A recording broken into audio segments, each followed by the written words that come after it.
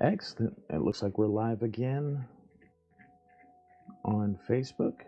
Let's see how we're doing. Excellent. There we go. We are live on Facebook right now. And today we're going to be talking about what is commonly like a really difficult subject because in a lot of ways, we're going to be talking about uh, contracts and negotiations, or sorry, negotiations leading into contracts. In the BDSM world, a lot of times these are really just such a daunting task, and no one wants to really do them because we get caught up in the lust of the moment and we kind of gloss over them, and they oftentimes lead to really destructive relationships because people don't get to be upfront about who they are. A lot of times it leads to somebody submitting too early, someone exercising too much dominance or into an uncomfortable level for a submissive, and so it just can kind of lead to an imbalanced, somewhat destructive power exchange. And so this is a really important step, but I want to simplify it because it's something that's underutilized in our community. And we are making these videos, these foundational videos, because we want to help shape the community and restore some of the things that are real good structures. And we also want to help build the community that we want to see. We want to see our BDSM communities healthy and strong, stable. We want to see it vibrant. We want to see our BDSM community thriving and prospering because we really believe that this lifestyle is a great lifestyle. It has a lot of benefits, a lot of personal benefits and emotional benefits for people. And it's something that we enjoy when we can do it safely, and when we cannot do it, and we can do it where we aren't destructive towards one another. It's really helpful. A lot of people get really disenfranchised and really disillusioned because they go onto a site like FetLife or one of the other types of social medias, and they see that things aren't functioning really well. Things aren't functioning correctly, and they think that there's just a problem. Like there's just no good DOMs or no good subs out there. Or there's just so many people that are fake, and it's not that people are fake. People are just they're skipping over parts. They're not taking the time to build a really good, solid, firm foundation. When you go do things like algebra or calculus or really, physics and string theories and all these other types of things, though all those things are built on a real basic foundation of basic mathematical principles. So if you don't know the basics, you can't do the more advanced things. And so if you want to have a successful BDSM relationship, then you need to also really kind of know these foundational things. And maybe, like I said, simplifying this process will help you see that it's really important, and it'll help you get through it and add negotiations and contracts to your relationship in a way that they are simply, to me, they are simply discussion and agreement. And that's really what they are. They're taking the time to discuss things and coming to an agreement. And a contract it can be written or unwritten. It's really a lot of times it's best in our world that we write something down so that we can reference it, or we have a series of text messages that are really long that record our conversation back and forth so we can reference this and that and this and that sort of thing. And so but ultimately it'd be great to have them written down. So I have my notes here. I'm gonna pull them up before I ramble too much. I will say this, that I am Primal Piggy. You can find me on Facebook at the Primal Piggy, all one word. If you put the at sign in up there, it will pull me up. You can find me. Also, I am cross-posting this video to whips, chains, and duct tape. You can find that by putting the @ putting WCDTBDSM, all those letters all together. And so you'll find this video on both of those. And so really, three things go together: negotiations, contracts, and collars. But we're going to talk about collars in a future video because I want to, this is such a broad, huge topic. I want to like divide it into the two. And so, for those fairly new to BDSM, the idea of negotiating a relationship in addition to negotiating a scene may cause you to throw your hands up in frustration because it's a lot of work. And, people may say, this BDSM is just the amount of work this culture involves is just too much. And so, but, it's really for your own good. It's for the good of the relationship. And in the same way that negotiating a scene helps both parties know that their needs are being met and that they have a successful outcome, it applies to our relationship as well.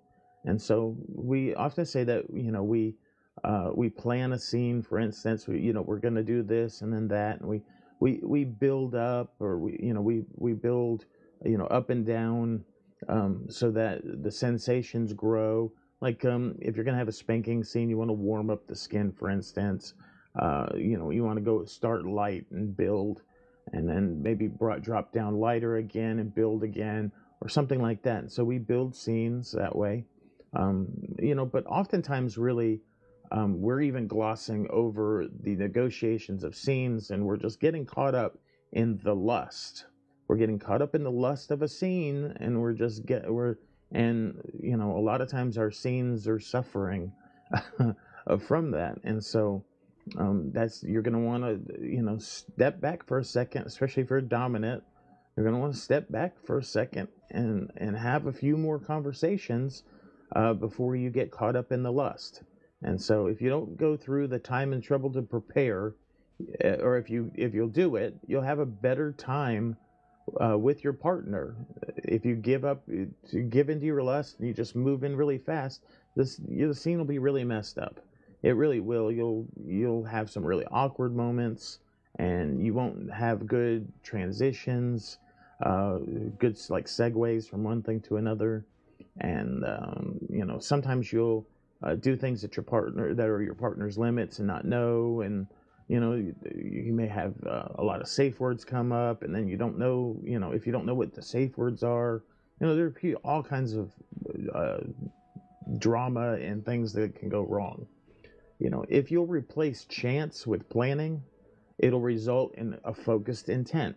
And so let me repeat that one more time. If you'll replace chance with planning, oh my gosh, you'll have such a good result. It'll be really, really good. So something to note is, we're going to be talking about negotiations and leading into a contract. Now, remember, negotiations equal discussions. You're just having discussions about things related to your relationship. Now, this isn't related just to scenes or how you scene. This is your overall BDSM relationship. Whether you're DS or MS, DDLG, any one of those, any variety of BDSM power exchange relationships, you're going to, or authority exchange relationships, you're going to want to have a time of discussion and then come to some sort of agreement. It's really simple, really easy, and we call that process oftentimes negotiations and contracts. A lot of times where we get caught up is in BDSM, it's almost like this process is somewhat of a ritual, and it gets really hyped up to be like this, almost this ritualistic kind of thing. And it sometimes just feels like way too much. Like this is like so official, and so all this pomp and circumstance. And if you're more of a casual person, this step can seem like really overwhelming. A lot of times, some of us suffer from like anxieties of different types and things. And this whole process, if you throw it into like this whole like almost business, this real high protocol terminology of negotiations and contracts, you can really lose a lot of people. It can really feel super overwhelming.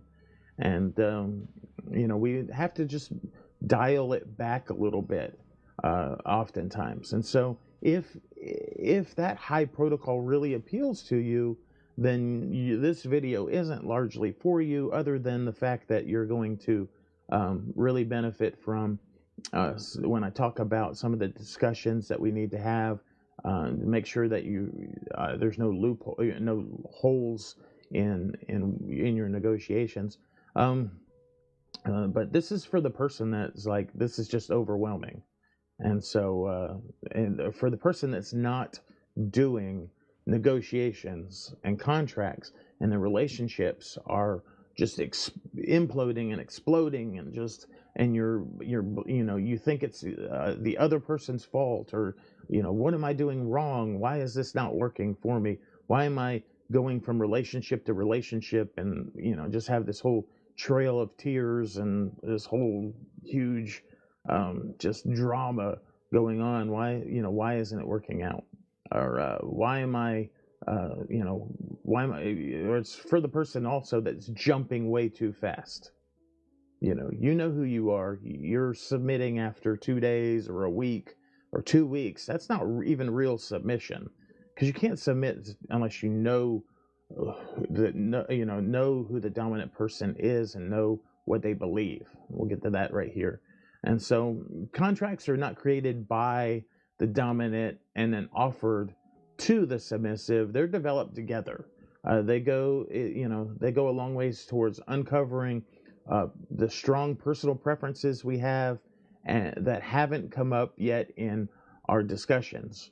Because a lot of times when we first meet each other, we're talking about play techniques, or we're giving almost a resume of what we've done, or who we know, or what we know about BDSM. We're largely just making sure that someone is safe, someone has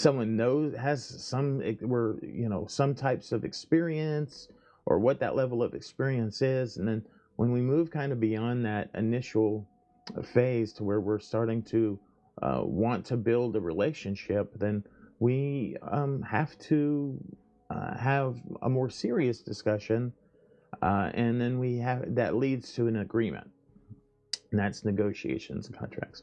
And so a contract really is this. It says, look, this is what I believe in, this is what I'm concerned about, this is how I'd like you to interact with me. Now tell me what you believe in, and whether anything in here might not feel right to you. And so that's what a contract is, or a contract is. It's coming to an agreement. It's saying, it gives you the opportunity to say, these are the things I feel strongly about. This is what I believe. These are the things that I'm concerned about. This is how I want you to interact with me. This is a dominant and a submissive talking together, and coming up with an agreement. So for contracts to work, for these agreements to work, they have to be real. They can't just be something you copy off the internet and fill in the blanks. They have to be, this is your discussions, and this is your agreement. It's personalized. It's personal to you. Now I can give you some guidelines and things, and I will.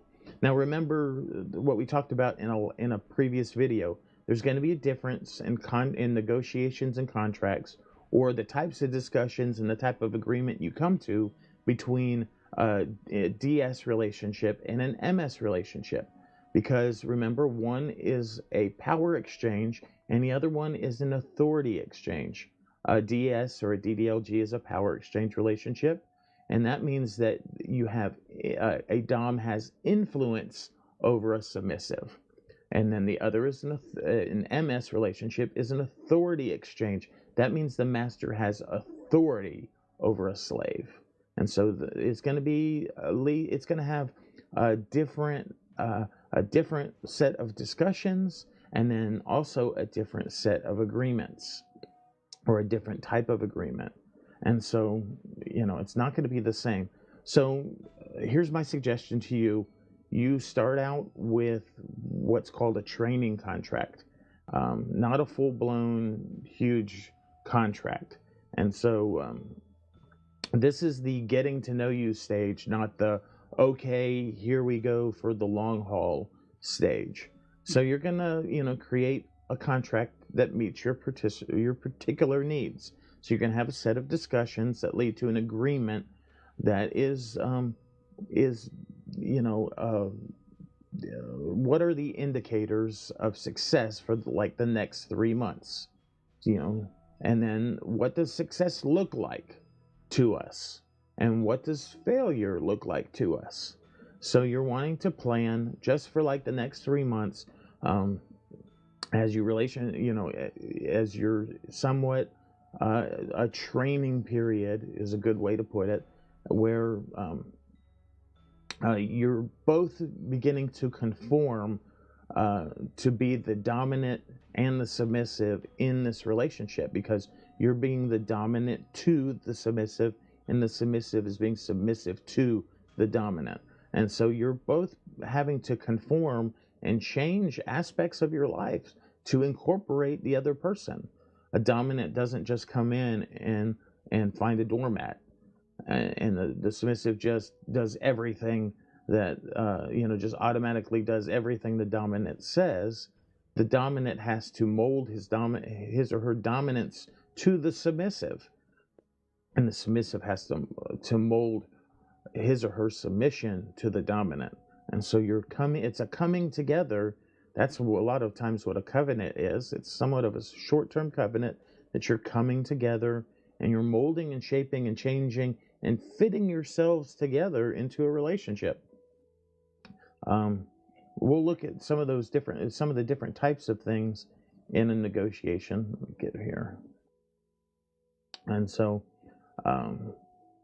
the process of writing a contract, it forces both of you to talk about and work through the real fundamental aspects of your lives or your working together.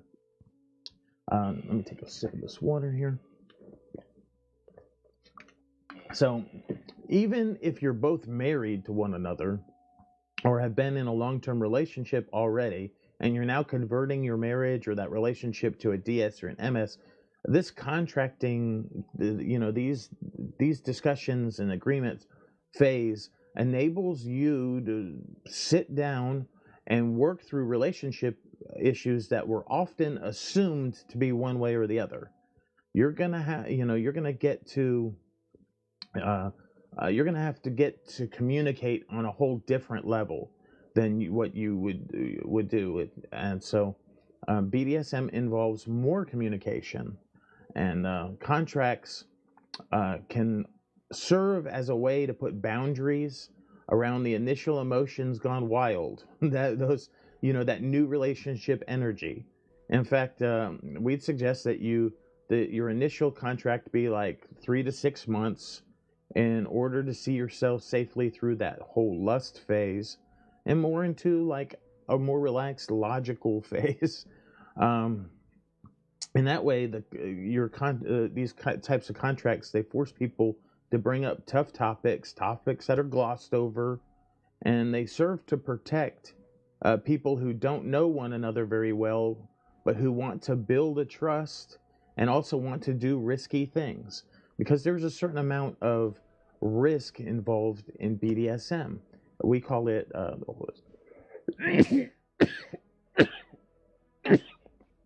excuse me. We call it risk-aware consensual kink rack. And so kink is consensual, and yet there are risks involved. There's different types of play involved that can be risky, and so it helps balance physically kinky risks by anchoring them with the emotional risks.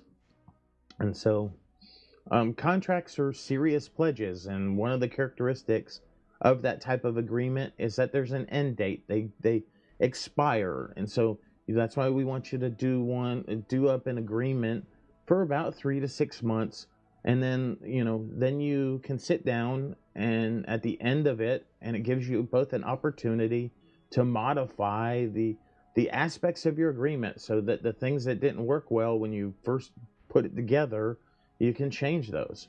And so there really needs to be some type of a contract review process, even along the way.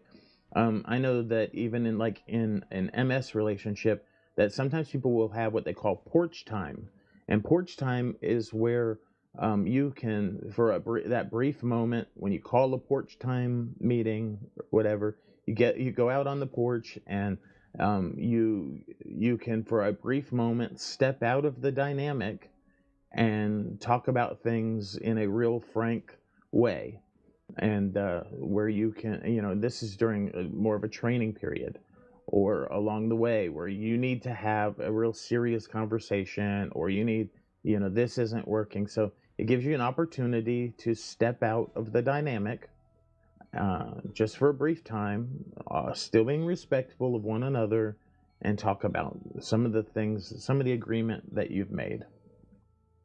And so these are the types of things we're going to go through a little list here. The types of things that you're going to want to, the types of discussions you're going to want to have so that you come to an agreement. And then an agreement is really going to be simple. After you have made these different discussions, like I said, you want to if you need to dial back the ritual of it, if it just needs to be like, okay, here's a list of some of the things we need to talk about, through, when we get together, or, let's break these up into little chunks. Let's talk about these important things. Let's see what you feel strongly about and what I feel strongly about. And, let's just kind of work through these things, because we want to be constructive. We want to build something. We're building a relationship. And so we want to look at these specific types of discussion things and come to an agreement. It's as simple as that. So who are each of you, and what roles do you intend to play? Are you, who's the dom, who's the sub, who's the master, who's the slave, who's the top, who's the bottom, who's, what are you thinking about? And then, I'm the dominant, but I want to bottom to these certain types of things, or, or I'm the submissive, but I like to top in this way occasionally, or, or whenever. And so, and then exclusivity, are you both single? Are you attached to other people? If others, then go into detail describing everyone's role and responsibility. Is there other submissives involved, other dominants, other daddies, other, who else is involved, and how exclusive are you? Biological family, what provisions are made for like minor children or aged parents? And so those are important discussions to be had. Are you keeping all of your BDSM, just in a bubble, or is it spilling somewhat into your everyday life? And, how does that look for y'all? And so the breadth of control, does this contract hold true outside of the house, or only in the home, in the bedroom, outside the bedroom? And then, is it, is there any type of influence that I have over your professional and work life, religious, spiritual training? Sometimes people like to incorporate sex magic or paganism, or even their mainline religions into their DS. And so, the things to consider: existing financial condition. Do I have any influence over finances like that? So, what types of influence am I wanting to have? And then outedness. This is a good one here. Is like, are either of you out, or are you still closeted? Like, will you be using like a scene name like Primal Piggy or whatnot? I mean, I'm comfortable using my biological name, or my own name, with people I know and all of that. The internet's a huge place, and so Primal Piggy works really well for me. And to me, it's just kind of a fun name. To me, it's somewhat of a brand name ish kind of thing, and so I like it. It describes me, and it's just, for me, it's a fun name to use. How will you behave in public? How are you going to behave at a family's holiday party? Different kind of things. Here's a big one: health. This is something that gets glossed over. It's like, do you have issues with fluid bonding, STIs? What types of safer sex practices? What kinds of barriers do you plan or expect to use? Is there any mental health issues that you know of, that we need to be made aware of, so that we can, how do we tailor this thing to, anxieties or traumas, or any of that kind of stuff? What are our mutual wants and needs? What does each party in this agreement get out of signing it? What's the benefit to the dom and the benefit to the sub? And what's uh, does it require certain types of trainings, or do I want you to learn certain types of things? Um, you know, what kind of communication or teaching strategy do you have? All these kind of things. It's just, it can be a lot or a little, but really it's, what are the benefits? What are we both getting out of this? Property. Do are we, um, do I have any influence over your property? What kind of property do I have? What kind of assets and debts? Will finances be shared or kept separate? These are different things especially if you begin to like move in together or something, and you're doing the DS in a live-in situation. What does that look like for the finances, and what expectations do each of us have for one another for that? And then speaking freely. Will the submissive be permitted to speak freely to the dom? Are there protocols that are expected? um, does the agreement recognize that the submissive is to notify the dom about what things, and just it's just be I don't want to get too involved with that. you know what kinds of things, what kind of notifications do I need to give? Do I need to tell my dominant every place that I go, or where I'm at all times? Those sorts of things. It's different things to talk about. Punishment. Will you distinguish between punishment and correction? What are we into punishments and punishments? Is that what types of resistance is allowed? This would be where somebody is more is more bratty, and how in their style of doing things or not. Um, that definitely needs to be talked about. Um, uh, we need to have those character discussions and figure out which things are dynamic related and which things are character related. And so we just need to have that important discussion. Another discussion would be like a safety discussion. What emotional and financial safeguards are we going to put in place for the submissive, both during the relationship and when the relationship ends? And what's the safe word? And are we going to use red, yellow, and green? Um, uh, Sexuality. Does this contract include sex? And if so, how is sex defined? What level of consent are you are you willing to give, and are you going to assume consent, or is it going to be explicit? And is the dom or the sub free to play sexually with others? Can the submissive be loaned out? Will it be a multi-submissive household? What types of polyamory or swinging, multiple slaves? All what? And this is also a place to discuss sex with people of the same gender. What is your sexuality, and how does that mold with your particular set of values? And some people have strong feelings based on religious preferences and things, and you want to definitely discuss, and because you don't want to get involved, um, um, or you want to make sure that your involvement is mutually beneficial to each person.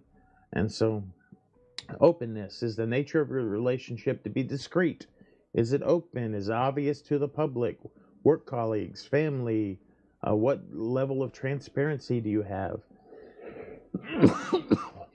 And so, what level of openness is there? If it's discreet, what are the reasons for that? And what's the reason if it's more open? What are the reasons for that?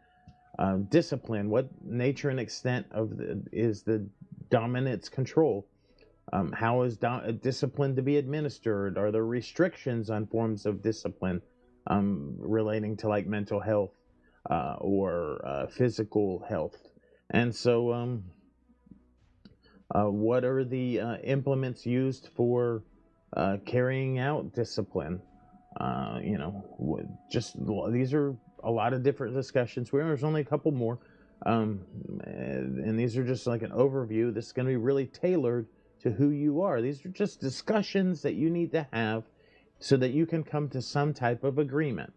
And then in each of these, you may want to write something out in the sentence. I expect this. This is this. You expect this. This is that. And then that's your really simple agreement. Finance.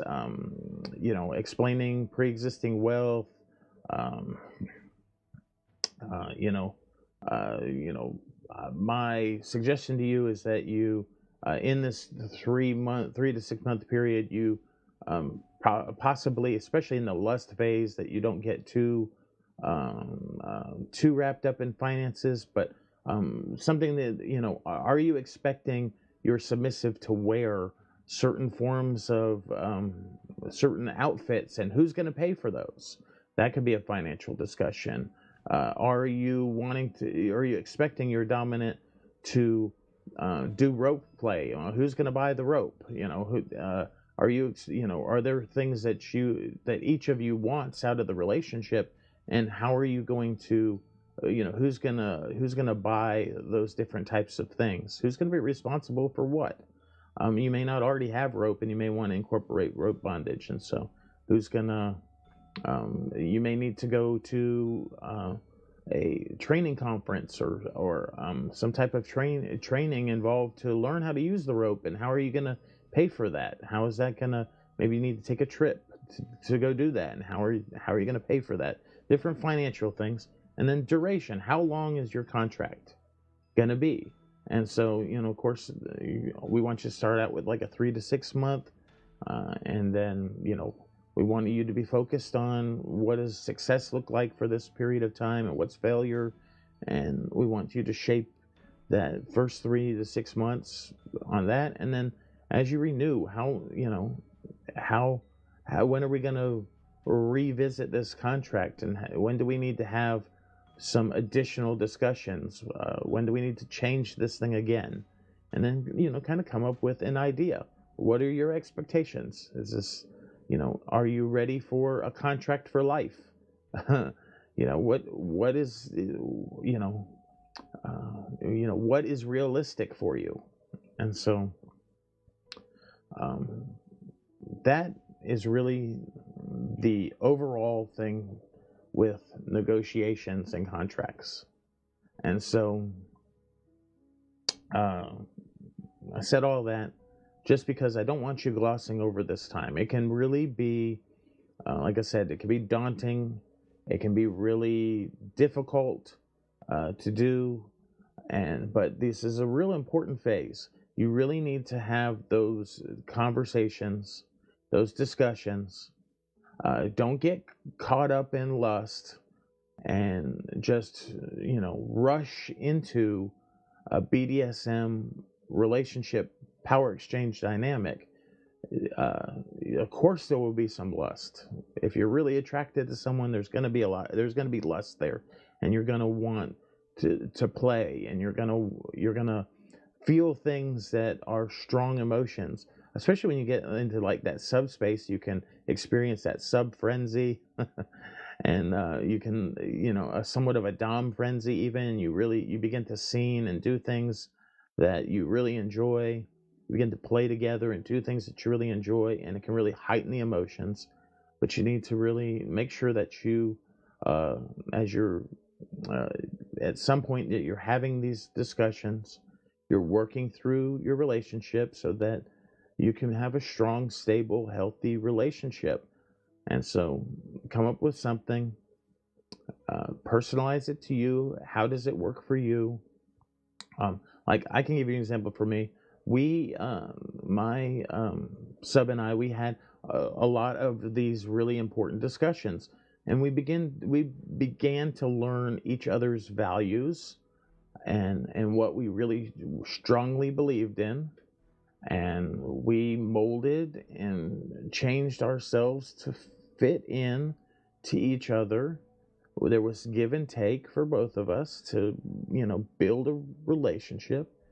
And we talked about what we believed about, like our polyamory and different other types of things.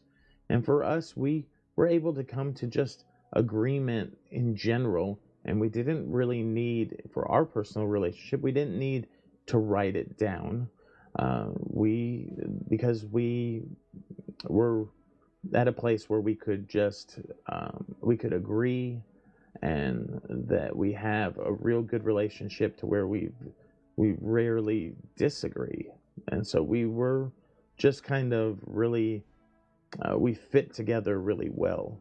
And so, but we didn't know that initially until we had those discussions. And so for you, you may not need a written agreement, but you need to come to an agreement. And so, like I said, a lot of times in our community, this is looked at as somewhat of a ritual. And so, if you find that hot and that really works for you, then that's great. But if not, don't get overwhelmed. Have the discussions and come to an agreement. And you have successfully done the negotiations and formed a contract. A contract is just an agreement. Negotiations are just a discussion. I hope that helps you out. I hope that relieves some of the pressure that you may have been feeling. And I hope that you do have these conversations and you do come to an agreement, about these aspects of your relationship. And you have those tough discussions. That's really important. All right. I'm Primal Piggy. You can find me on Facebook at the Primal Piggy. And you can find me also on, I help admin whips, chains, and duct tape at WCDT BDSM. This has been a great video. Thank you. I'm glad you took the time to go over this with me.